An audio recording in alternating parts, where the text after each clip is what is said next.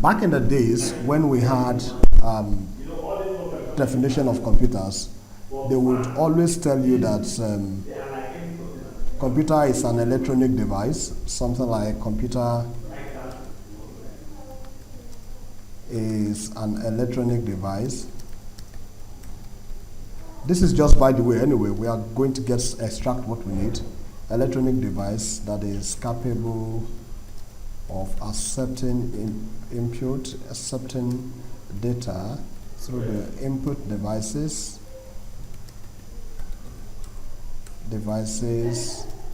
holding and processing them, and sending out the results as information through the output devices. So this is the definition we used to know about computer. So key things we take away from this definition is that number one, they are electronic device. Number two is that they accept data through input devices. Number three is that they have the ability to hold and process whatever data you have given to them, hold and process data, and in turn returns the processed data, which is now information to the user. Now, through the output devices. So, from these four key elements of what makes up a computer, it is assumed that if a computer system does not have the ability to do the following, then it is not yet a computer system. But as time advanced, we came to add this clause to the definition, which says according to the instruction given. According to the instruction given. This according to the instruction given is coming on the heel of the popularity of computer programming. So at this point, computer programming has become so popular that a lot of people are now engaging themselves in programming. And around that time was when the likes of Jumia came to the stage, because we looked at Jumia as an application was able to do some intelligent things. But again, Jumia is not a computer. So it is categorized that Jumia is a set of instructions given for the purpose of buying and selling. So somebody sat down and crafted a set of instruction code that was going to be used to enhance how we buy and how we transact with vendors and clients. So this, according to the instruction given, is the step, the layer that is ascribed to computer programmers.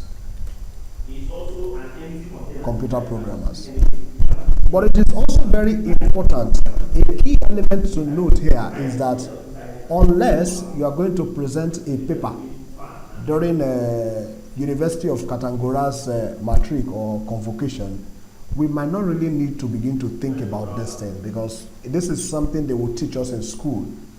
But it is also very important that at this level we look at it so that we can be able to deduce some key elements that will help us to understand fully what we are actually doing. So when we are saying computer appreciation, we are holistically looking at the device called computer, and we are learning the key elements we need to know to be able to use computer across any sector of the industry we find ourselves. For example, I did business administration and I did computer science. By virtue of the fact that I did business administration, I can work in a bank. But because of the virtue of the fact that I did computer science also, working in a bank, I would not necessarily have to sit at a teller. I will probably be sitting in their ICT hall, doing some forms of coding and the rest of them. So, if you as a person, whether you did law or you did forensic or you did geoinformatics or any of those, Having the ability to use a computer means that in any of those industries you find yourself, you would be able to use computer to solve the day-to-day activities of whatever that's happening in that industry. So that being said, another thing that is also very vital, which as things are becoming simpler and simpler by the day, a lot of people are beginning to look away from it, is this part that says processes the data according to the instruction given. Now, this instruction given to computer comes in the form of softwares. The instruction we give to computer come in the form of softwares. Most of the time, somebody who gives instruction to computer is known as a programmer. But when we say programmer, it is also synonymous to coders. We can also call them developers. So, depending on the aspect you are looking at from, either of these three is correct to define somebody who gives instruction to computers. But then the instructions we give to computer comes in different layers. The two powerful types of software, that exist today in the market are system software and application software. We have system softwares and application softwares. This system software is also synonymous to operating system. Operating systems. So we can either call them a system software or we can call it an operating system. Now, what are they? What are they used for? An operating system is a set of instruction code that supervises and manages all components that is connected to the computer. So, for example, just like we have the human body has the hand, the leg, the eye, the nose, the mouth, the ear connected to the body system. Now, it is the operating system in the human body that actually tests whether the hand is working. If there is a sharp object that pinches the hand, the operating system knows that this pinch is coming from the hand and not from the leg. Because obviously, the pain is coming from the hand where that contact was made. The same thing is applicable to the operating system. That your keyboard, your mouse, your monitor, your camera, your scanner, your printer is able to work with your computer is because the operating system has been trained to identify a printer when one is connected. The operating system is the one that knows how to identify a keyboard, how to identify a phone when a phone is connected. So this is what the operating system does. And to expand more on what the operating system does, I'm going to spend some few minutes to explain an old analogy that is usually used in the computer world, which is booting.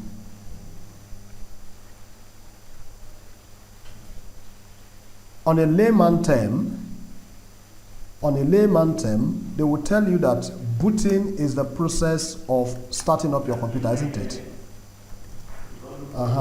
Process of starting up your computer, which is correct. That's the process of starting up your computer. But most of the time, we do not know what actually happens before or during the starting up of our computer. What they trained us to understand those days is that you power on your UPS, you plug your power to the power source, then you press your power button, your computer will boot while you wait for the computer to boot. Because in fact, around that time, they will tell us that if the computer is booting, once you interrupt it, you have damaged your computer. So we'll prefer to sit and be looking, so you don't damage the computer. The computer boots, and the computer announces its readiness to take your instruction when it goes to the operating system, which is the window. But let's take a moment to explain what actually happens during the boot process. The first thing is an action from the user, which is power on the computer. Once the power button is pressed, the computer performs what is known as power on self-test. Power on self-test.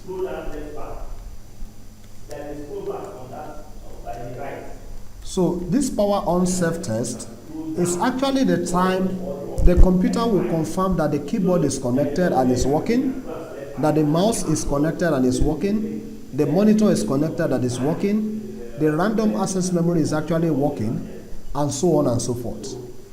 So if the power on self-test is complete, then the computer searches for any available operating system.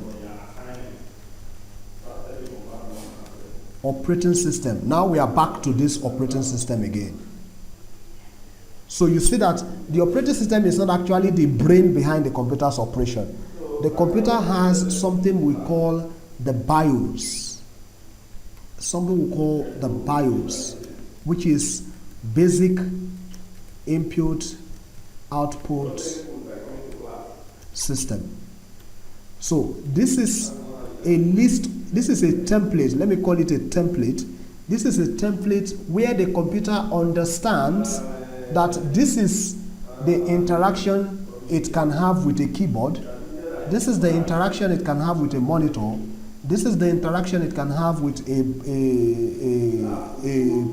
processor, and so on and so forth. So it is in this basic input-output system that the power on self-test would go to check, okay, by default we should have a keyboard. Is there a keyboard? Yes, the test has been passed. By default we should have a monitor. Is there a monitor? Yes, it has been passed. By default we should have a random access memory. Is it there? If it is there, hope no leg of the RAM is misbehaving. I'm going to share with you some pictures. So when the computer carries out this power on self-test, if all the tests are passed, then the computer searches for any available OS. And now, by default, we have about 4 OS that you can choose from. In this part of the world, Windows has become very popular. In fact, Windows is almost synonymous to your computer. Once you buy a computer, we are expecting to see Windows something. And for some people, when you tell them your computer is running Windows 11, they will tell you have bought the latest computer. If your computer is running Windows 7, they will tell you, you bought an old computer. Because it looks like the operating system is actually the brain behind the success of every computer, which is not so. We are going to see the reason why we said so shortly after now. So, what are the available operating systems you can choose from? Number one is Windows, which is licensed licensed to Microsoft Windows. Number two is Linux, which is the home of the greatest open source programs. It's an open source OS. Then we have Mac, which is licensed to Apple. So every system that Apple is releasing is actually powered by a Mac. Mac is actually completely written Macintosh. Then on smaller device, we have the Android, and we have the iOS for people who are using Apple mobile devices. So, but these first two are actually, these first three are actually for computers. So, if you are using a computer that is maybe either of HP, Dell, or any of those, then you probably will be using Microsoft Windows. Then if you're using yes. But if you're using a computer that actually, if you're a developer, most of the time, most developers prefer to use Windows. Apple, if you're the high-end guy that actually wants to show you spend a whole lot of money, or you are into high-end graphic designing, then Apple Macintosh will actually possibly be the operating system that you're going to be looking at. So now, if exactly those MacBook series, yes, all those Mac series, all the Mac series are running Macintosh. So most of the time, a lot of people buy it for the class sake. You know, like for example now, if 3 of us should come into a room and all of us are bringing out our laptop, once you bring out a Mac, people can just from the surface predict what your wallet is looking like, whether you like it or not. Once you bring it a MacBook, people will from nowhere, consciously or subconsciously, they will just say, man, these are the high class guys. Not that MacBook is the most expensive laptop in the industry, no, but it's just there's just one kind of class that is affiliated to people who are using Mac. All right, just like iPhone, yes. Once you bring out that phone, even if it is $20 and you bought it, but once you bring it out, man, there's a class of, they just position you in one level like that these people, they be baba, don't joke with them, iPhone 50, iPhone, so on and so forth. But so many people who are using Mac does not even utilize 20% of what Mac is to be used for. They don't even use up to 20% of what Mac is to be used for. And that is why over the years we are seeing people who buy Mac and go to a technician shop to remove the operating system that comes with it and crack it to be running a Windows. The reason is simple, because Mac comes with its own complexities. And just like we are doing here currently, what we are going to learn in this class is specifically conforming to Windows. If you now want to come and say you want to come and do cybersecurity, we would recommend you go and learn Linux operating system. If you say you want to specifically be using Apple, we would recommend you go and learn Mac. So you'll be able to use their operating system, because each of those operating systems comes with its own nuances and it comes with its own learning curves. So it is important that we note that. But because Windows is the most popular in this part of the world, we are going to be starting with Windows. So when your computer performs the power on self-test and all the test is passed, then it searches for Microsoft Windows and hands over the computer to Microsoft Windows. Now, when that is done,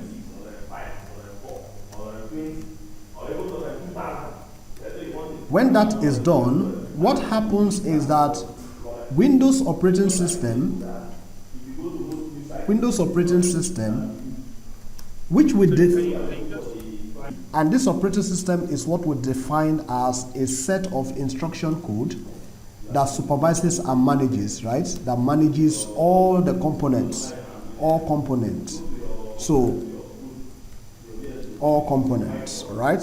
So, Windows operating system now loads all the files that is needed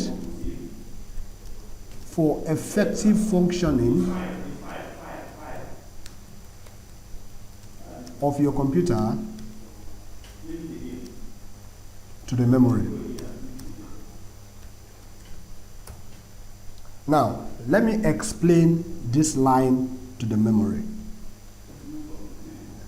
This line that says to the memory. Let me explain it. Now, in your computer, there are about 2 or 3 storage devices or storage section. We have the primary storage devices, and we have the secondary storage devices. Now, this is how I like to explain this. Now, let's assume that in a house that has about 2 bedrooms and 1 living room, for example. Now, that house is used as an office. In one of the bedroom is where we have about, say, 20 computers there. And those 20 computers, we have 20 operators typing from that computer. Or let's say, what is it called? Typewriter now. They have about 20 persons typing on that typewriter non-stop. Now, in the living room, we have about 20 printers there. Now, between the living room and that room where we have those typewriters, there is a small linkage, there is a passage that connects the two destinations. So now, 20 adults are here typing, and 20 adults are in other place trying to reproduce massively what has been typed. You agree with me that the adult on this place will be doing their best, and the adult in the other place will be doing their best. Now, unfortunately, we now brought a 3-year-old boy, a boy of 3-year-old, and we said the responsibility of the boy is to go to the room where they are typing, pick all the documents they have typed, and bring it to the room where they are doing massive printing. And then take the document that has been printed and take it to the room where they are typing so that somebody else can arrange the document. In a situation like that, do you think there will be effectiveness in the job that is being done? We have 20 adults typing and we have 20 adults producing. Now we now have a 3-year-old boy trying to link between the typing room and the processing room. What do you think, how effective do you think the job will be? The key word there is it will be very slow. So when you have your computer, most of the time, because of what we want to store in our computer, it is advisable that when you go to buy your computer, you will ask them what is the hard disk storage. They will tell you it is maybe 500 gig. 500 gig. Then you ask them what is the processor. They will tell you that the processor is running about, let's say, 2.4 gigahertz. 2.4 gigahertz, and it's about 4 core, for example. Then you now ask them what is the RAM size. They will not tell you that the RAM is 4 gigabytes. They will not tell you that the RAM is about 4 gigabytes. This is synonymous to having a 20 adult in one room, another 20 adult in another room, and we are having a 3-year-old boy trying to do the linkages between them. Because the first thing is that the weight of 30 pages of document is enough to weigh down the young boy. So that is number one, he is going to be extremely slow. So, coming back to this, what Windows operating system will do here as it relates to loading all the file that is needed as it relates to this particular line that I'm underlining, what Microsoft Windows will do is to check what the size of your RAM is and load all the file that is needed and put them in the RAM. That is why, even if they tell you that your RAM is running 20 gig, by the time you evaluate what is left in your RAM when your computer is running, it will tell you that you have used 10 out of 20 gig. You are not actually using the 10 to do anything. It is actually that the operating system needs that 10 gig to effectively run. So one of the reasons why your system is slow is that you have a very small RAM, and the operating system has eaten up about 60% of it. So the remaining 40% is not enough to perform based on the speed you as human process. So you want to do multiple things at the same time, because they said computer is multitasking. You want to do multiple things at a time. But because the remaining part of your RAM is just about 300 megabytes, then you will see that each time you give a command to your computer freezes up because it doesn't have enough flexibility to accommodate what you are doing. So that is what the RAM does, and this is what the operating system does. So because all the files stored in your hard disk, they are like in relaxation mode. The hard disk, the way the hard disk works, it works with sectors and cluster, which we are going to get to in a moment, maybe in our next class. So that is why Windows operating system loads everything into this secondary storage device, the RAM. And that is why they say that content inside the storage, a secondary storage device, disappears once you shut down your computer. So once you power down your computer, everything disappears. So it is needed. It is just like the glucose that you need to be able to run from here to there. Once you stop running or once you stop doing exercise, it is recommended that you reduce your glucose consumption, because it is going to cause excess relaxation of sugar on your bowel and the body might not be tolerative of it. So your primary storage device, which is your hard disk, is actually going to be there. That is where we are going to fetch from. But because the user would always interact with the hard disk, we don't want a situation whereby in the process of interacting with the hard disk, you are also interacting with some of the files that are needed for the smooth operation of your computer. And that is why the operating system will load the file needed into your RAM. So once all the files are loaded, once all the files that are needed to run your computer are loaded into the RAM, then the next thing that happens is that your computer loads your desktop. So the next thing now is that the computer becomes ready for user input. The computer becomes ready for user input. And the only way the computer will tell you that I'm ready for user input is by calling the desktop. It's by calling the desktop. So most time, calling the desktop could be as simple as announcing your desktop, where you have your icons, your wallpaper, your taskbar, and the other thing. But if you have user authentication enabled,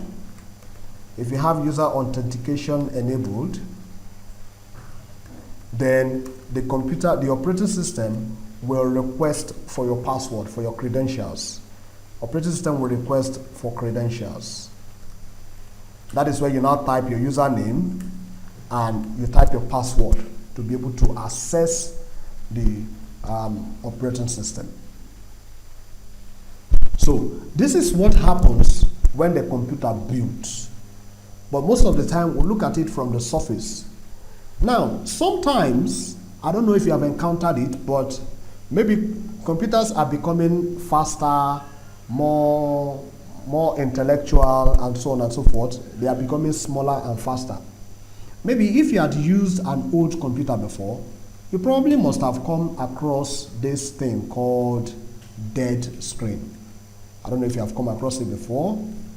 Dead screen. It is usually a blue screen. Let me see what really happens.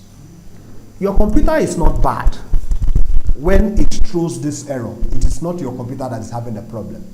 What is actually happening is that the computer is actually looking for a particular file to be loaded into the memory, but the file is missing.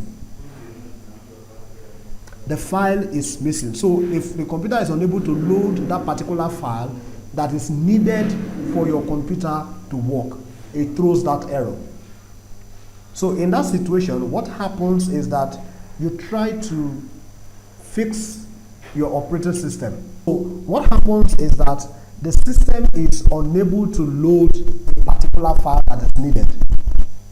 So in that situation, we don't conclude that the computer is bad.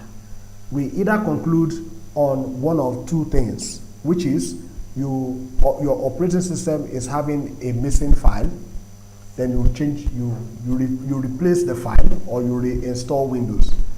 But because this is an industry where nobody actually wants to go in depth, we just want to stay on the surface, and people will use some English to confuse us most of the time. Another typical example, another typical cause of such problem is that your random access memory is becoming inconsistent, so it is failing at some point. This is just like the old record player kind of that we used to know. We have the read-write head, and then we now have the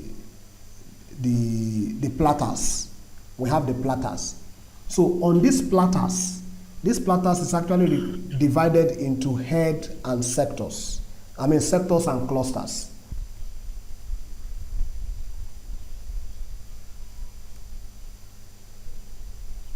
Now in this one, we are going to have something like this.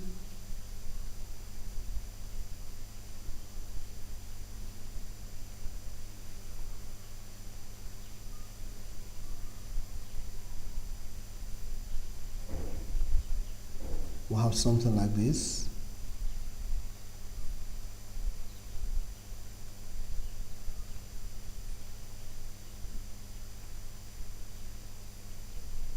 That goes round. Then we now have something like this.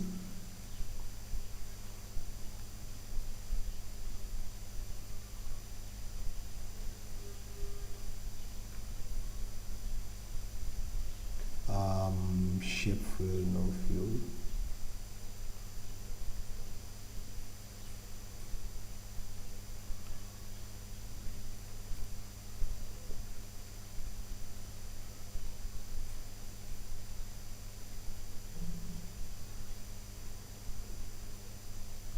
Just something of this demonstration. So we have the round going round and round and round. Then we have the clusters. So it now generates something that looks like a table cell. Each of those cells is a storage for data. So if, for example, my drawing, I'm not very good with drawing, but let me just see if Excel will be able to get my job clearer.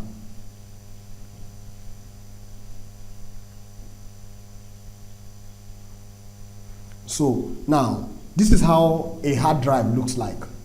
On the platter are sectors and clusters. So the intersection of a sector and that of a cluster will form a block like this, just like this. So because the platter is constantly spinning, because this platter we are seeing here is constantly spinning, it is possible that a fragment of data is existing here and another fragment of same data, same file, is existing here. So if peradventure this particular sector is now having issue and the read-write head is unable to read the data from this point, what will happen is that the entire file that contains this fragment of data will be reported to be corrupted. So in that point, the system cannot be able to fetch the complete data that makes up that file. So in that situation, we don't conclude that it is the computer that is bad. Rather, we look for ways of saying that our hard disk is actually having a problem. And the reason why most of the time, the best solution to solving the problem of a hard disk is formatting. The reason is simple, because that is the only way we are actually going to rewrite the master boot record of such hard drive. Some of these things we would explain in details in the coming days. The reason why formatting a hard drive is actually the solution to solving hard drive problem is because this is the only way we can rewrite. This is the only way formatting is synonymous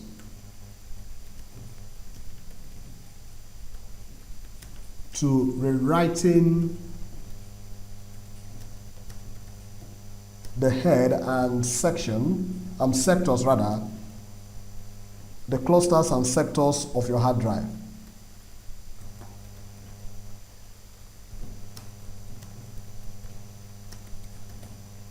So this is why most of the time when we have issues like this, we don't stress ourselves by saying that we want to go and look for that file that is missing.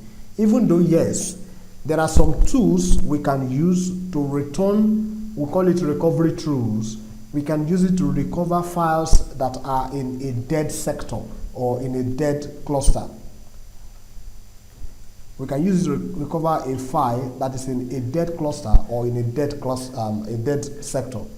But because most of the time we are not interested in this thing, we format. But if you work in a company where data is of essence to them, then formatting is not usually the solution to most of this problem.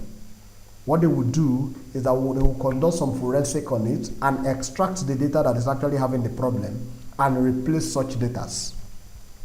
But don't let us go in depth into such thing.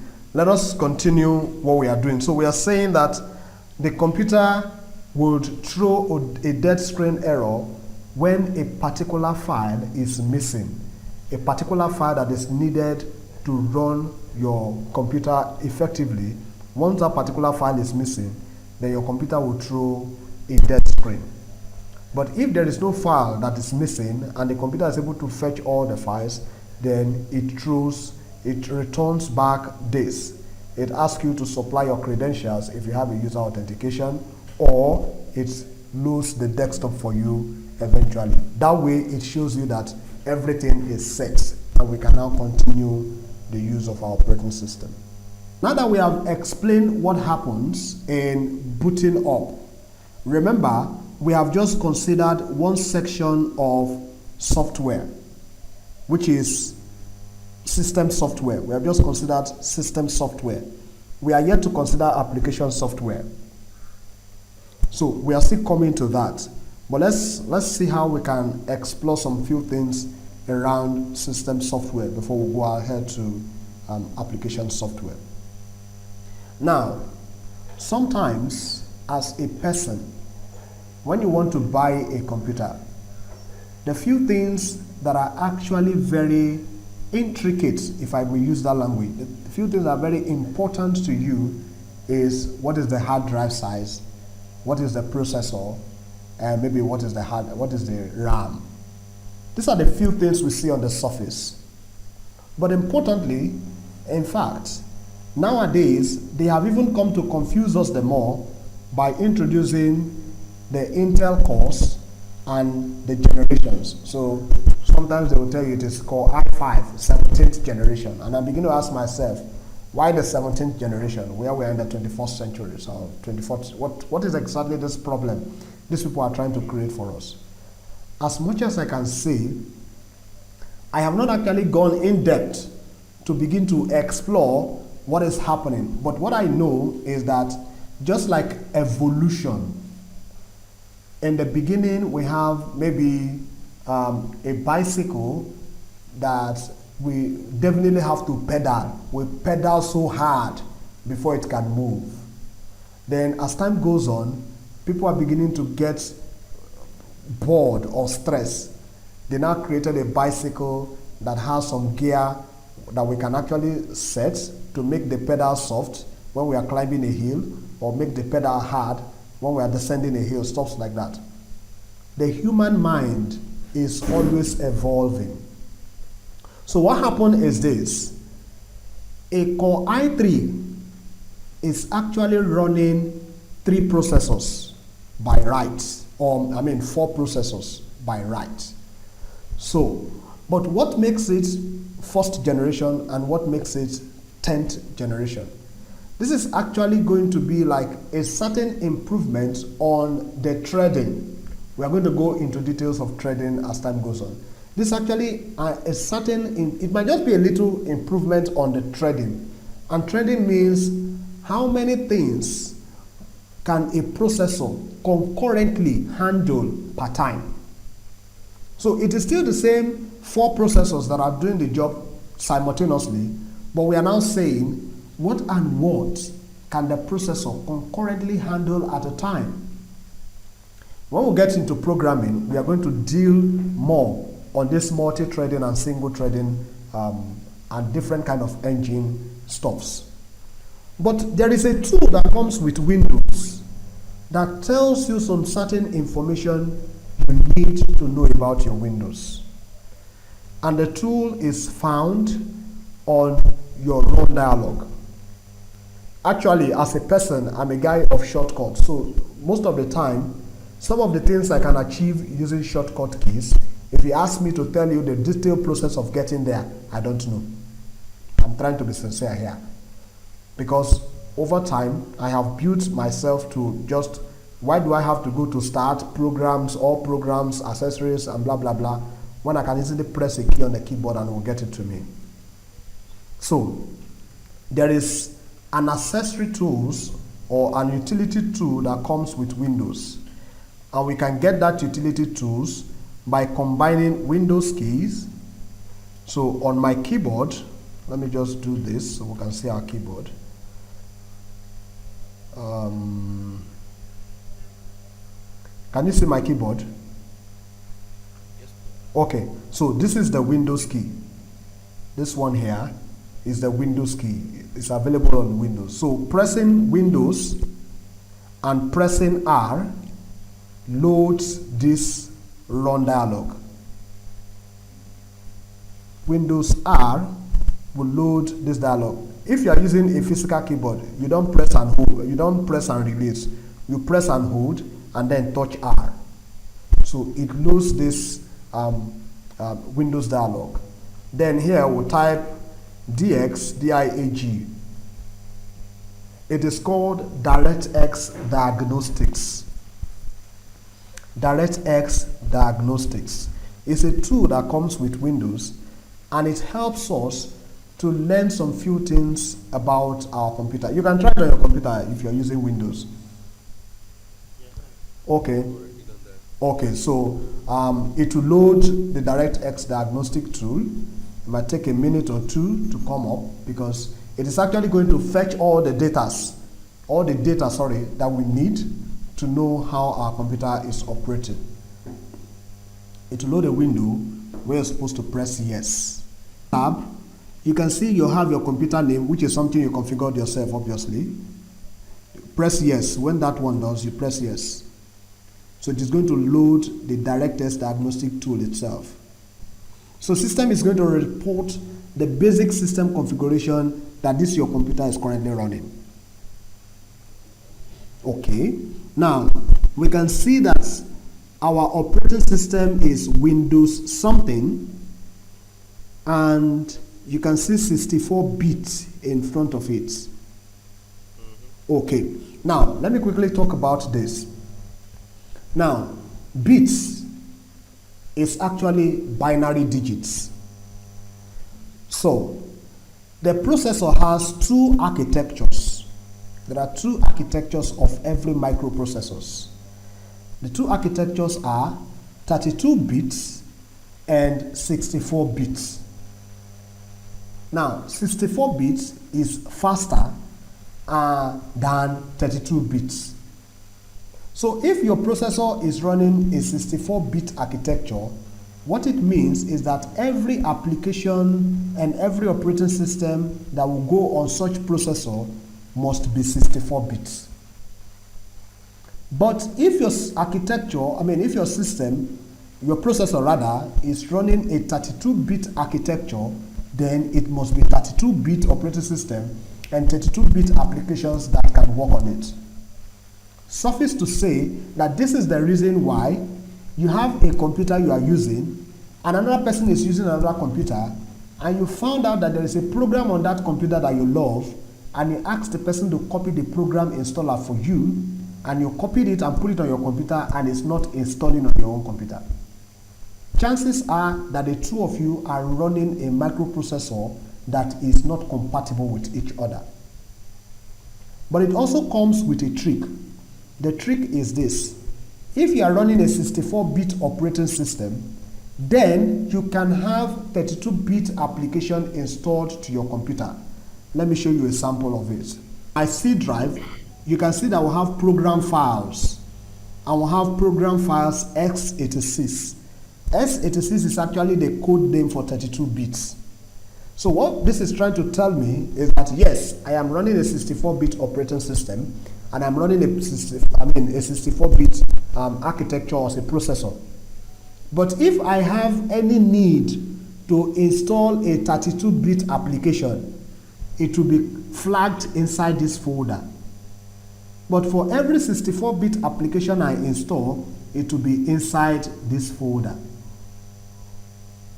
As we advance by the day, 32 bits are beginning to fade away, because as a matter of fact, I don't think anybody is running Windows 11 on a 32-bit, because the operating system has become so powerful that 32 bits cannot handle it. No wonder why, if you have an old computer running maybe Windows 7, if you go to install Windows 10 on it, they will tell you it is problem, it is not compatible. But if you go and install Windows 8 on such computer, it will work very well, because as from Windows 10, there are little compatibility with old computers. So let's go back to this. So the next thing we are going to look at is the processor. You can see the processor there. My own computer, I am running an i3 10th generation. And because it is i3, it is going to be 4 processors. And these 4 processors are running at 2.1 gigahertz each. And the 4 of them is supposed to, by average, is supposed to run 2.1. But because of my 10th generation efficiency, you are getting where the efficiency is coming from now. It is not just Core i3, but it is the 10th generation. Then there is an additional 400 hertz that is added to what I am supposed to do. And that is where the efficiency comes from. Because by right, 2.1 multiplied by 4 is 8.4, divided by 4 is 2.1. Now the processor is running at an approximation of 2.5 gigahertz, which is as a result of this my 10th generation efficiency. Now, another thing that is also very important here is the memory. In my own case, the RAM is actually 8 gig RAM.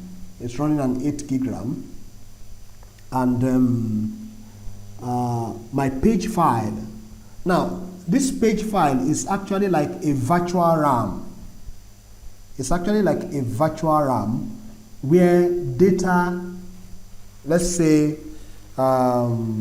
what is it called? The data that are loaded are used. So, for example, if you do a physical RAM, if you say 8192 minus 7262, you'll see that we can't have 3971. We can't have 3971. But a virtual RAM will have some ancillary added to what the physical RAM is, so that we'll be able to get that, okay, fine, virtually we are using this out of this. So because of this ample available size, my system can still be relatively fast. But you would notice that if I reduce the applications that are currently running on my computer, this page file usage will also reduce, and this available will increase spontaneously. So these are system information that we might not get, because I was telling a friend of mine who went to get a computer. He got the computer, it is Core i5, and I am running Core i3. The Core i5 and my Core i3, my Core i3 is still faster than his Core i5. So I was telling him that, look, there is possibility that it is actually Core i3 they sold to you, but they have refurbished the system and they have actually rewritten the BIOS of that computer. Because this is what happens. When a computer is refurbished, you have the access of rewriting some certain BIOS, some certain programs in the BIOS, so that the computer will report to you something different, and in actuality there is something different that is running on the computer. Don't conclude whether that one is good or not. I want to look at another tool so that we are sure that what we are reporting is correct or not correct. Okay, this is operating system information. It will not. Yeah, processor information. Yeah, time zone. So let me just check this. I will send you the command to pick this. Just a minute. So if mine is showing processor here, I will try your own as not showing processor, then that means there's a problem somewhere. So mine is showing my processor here. We do Windows R again and do CMD. Let's do CMD, yes. And when you do,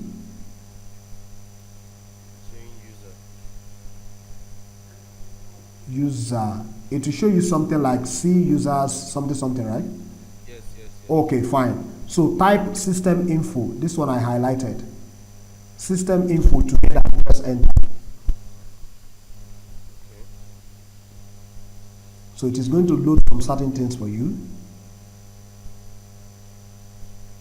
That you see. Now let's scroll down a bit. You will see where they wrote total physical memory, and you will see the virtual memory. Now this virtual memory, like I explained here, this one is reporting it as page file. This one is reporting it as page file. But here it's telling you that it is a virtual memory. My maximum size is 11 gig, 234 megabytes. I have available 3801, which is what we have here. Okay, this is 3971. Then I have used 7433. But my That's basically what I have here as well. okay, so mine is showing 10,486. max. Max size. Max size. Then the Memory available 4,790. The virtual memory in use 5,696. okay, but your physical memory is what? Physical memory is total physical memory is 4,000. At Core i7 you are using 4 gig. That's poor. That means everything about it. Not me talk about. No, it's true now. That's how they tell myself. So you know, this is actually what happens most of the time, right? If, for example, you are getting a job where they said they need a high-end computer, and you go to a computer store and they give you a computer that has a sticker of i7, and only for you to get to where you are working and they are telling you that this computer does not meet the minimum requirement of what we need you to do, then you feel devastated.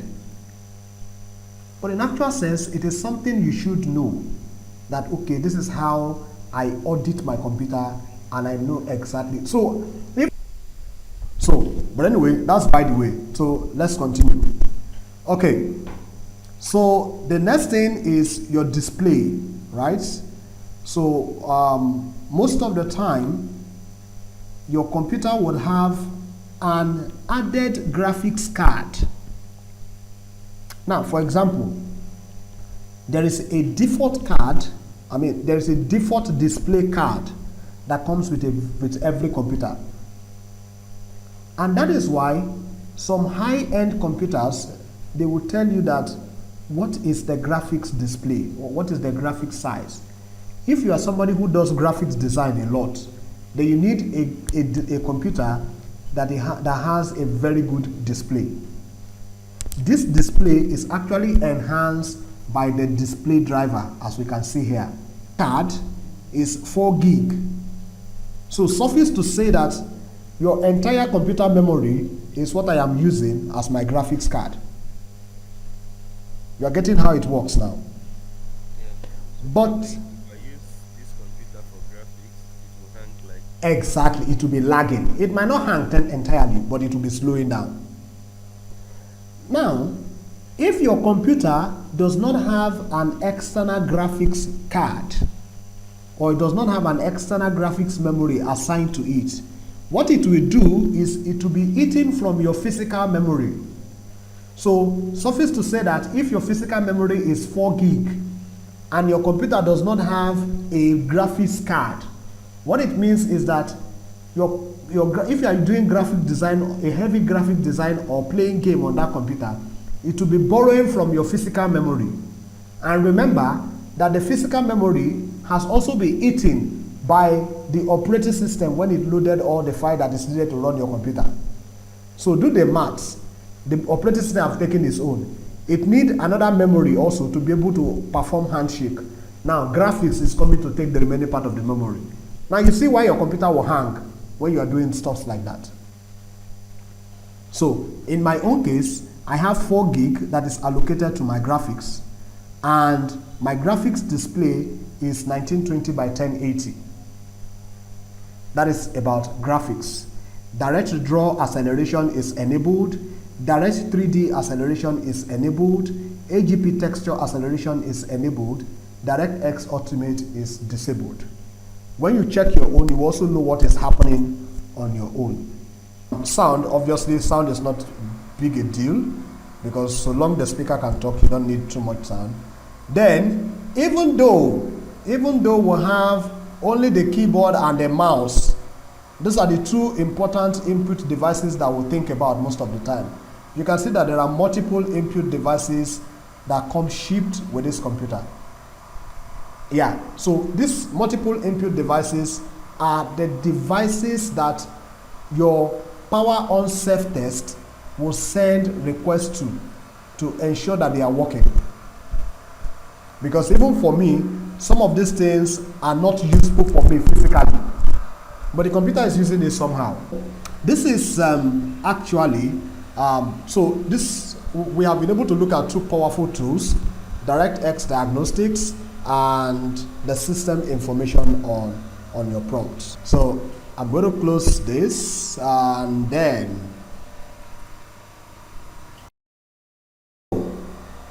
we are back to slide number 3 again. So we have looked at a typical operating system, although we have not finished everything we need to learn about the operating system. But we have just said, let us look at how you decide, or what informs your decision about the computer you are going to buy, aside from just the sticker they are putting here. Aside from the sticker, because the sticker has caused a lot of problem.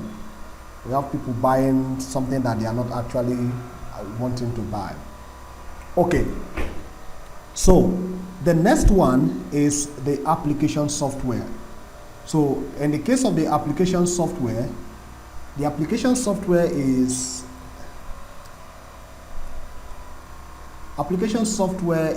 a series of instructions, or I like saying a series of instructions, but actually it's a program.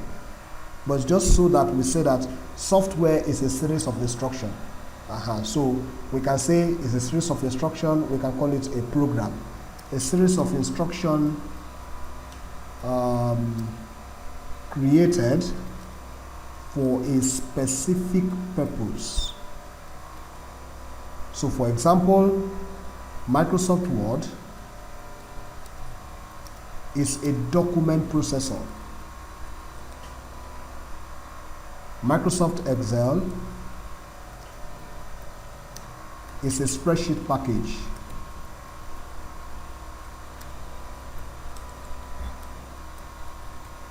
Something like that. Then we have Jumia, for example. Jumia, even though yes, some people will tell you that Jumia is a website or it is a web application. By the virtue of the fact that it is an application, makes it an application software. So Jumia is an e-commerce application. So any application that is created specifically for just one single purpose. For example, we have a student management system that they are using in your university. They have a church management program that they are using to do church service and the rest of them. You go to hospital, there is a hospital management system, and so on and so forth. So long that they are created for a specific purpose, they are called application software. Now, since it is an application software, if you run a school, for example, you will get an application that will enhance your school. If you run a bank, you will get an application that will enhance your bank. But all these applications, whether it is enhancing a school, enhancing a church, enhancing a bank, they are working from a computer. And it's also important to note, it is also very important that we note that every application requires an operating system to run. I'll give you an instance. If you are using an Android, for example, for you to get an application to run on Android, you go to Google Play Store. You go to Google Play Store. If you get an application from Google Play Store, if you install it on an iOS, it will flag an error.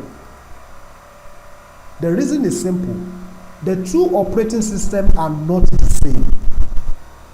The same thing is applicable. If you have a Microsoft Windows, for example,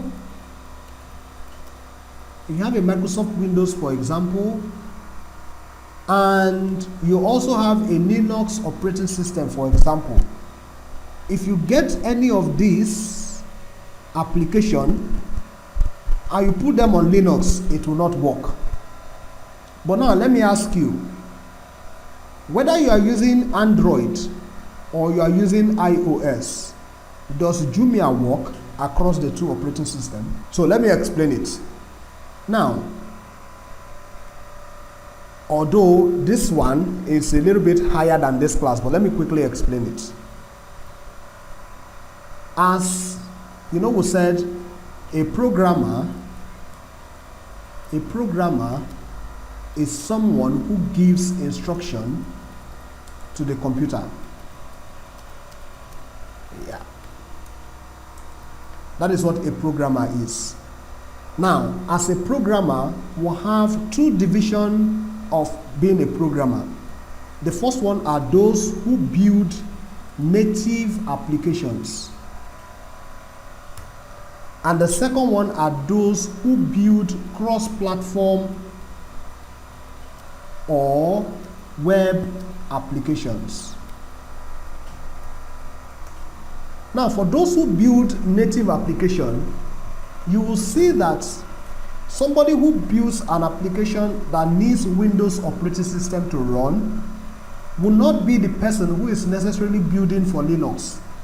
So you will need to have the skills that are inherent to Windows application or Windows architecture, as the case may be, to build an application for this. If you now want to deploy your application to Linux, you still have to go and ensure that your application meets Linux requirements for it to be deployed to Linux. Meet Linux requirements for it to be deployed to Linux. But when we say somebody is building a cross-platform application, for example, when we say somebody is building a cross-platform application, for example, what it means is that whatever you are building does not necessarily need an operating system to operate or to work. Rather, it needs a web browser. So long there is a web browser existing on that operating system, whatever you are building will work as a cross-platform developer. And this is why your Jumia does not need your computer to run Windows, Mac, or Linux for it to work. So long there is a browser that is existing on that device, your Jumia will work on it. So that is why here we are saying that application software are created for specific purposes, but they have to be adherent to any of the operating system that we are using, except for applications that are considered cross-platform application or web application. This one does not need an operating system for it to run. So long you have a web browser, it will work. Most of the programmers are actually writing for the web, because we are getting to the time of the world where devices are getting smaller and smaller and smaller. You agree with me that with a tablet on your hand, you can actually do what somebody who is carrying a computer can do. Even your graphic designing tools, we have Figma that runs on the browser. So we are getting to that time of the world where almost everything are beginning to get smaller and smaller and smaller. So that is why a lot of focus are on the web for now. But again, it's also very important for us to say that the web has advanced over time, so much so that even in the web, security is a key issue. So it goes beyond just writing HTML, CSS, and JavaScript. There are a whole lot of accessibility that goes into it. In fact, Microsoft Office has gone to the web. We now have Office 365, which you open as if you are opening a web browser, and you do all your job, and all your files are saved in the cloud. So these are advancements in the ICT industry, and this can only be enabled through the web. But we will get into details of all these things eventually. So I just mentioned that so that I can be able to explain this particular slide and to clear the doubt as to why I am mentioning Jumia as application software. Because they will tell you it is actually a web app. So why is it classified application software? It is classified an application software because it is solving one problem, buying and selling.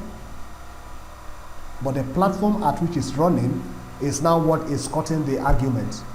But actually, the platform is actually a cross-platform. So what it means is that whether you are running Linux, Android, iOS, or Mac, you should be able to run Jumia and any other web applications. So this is where I'll be stopping for today.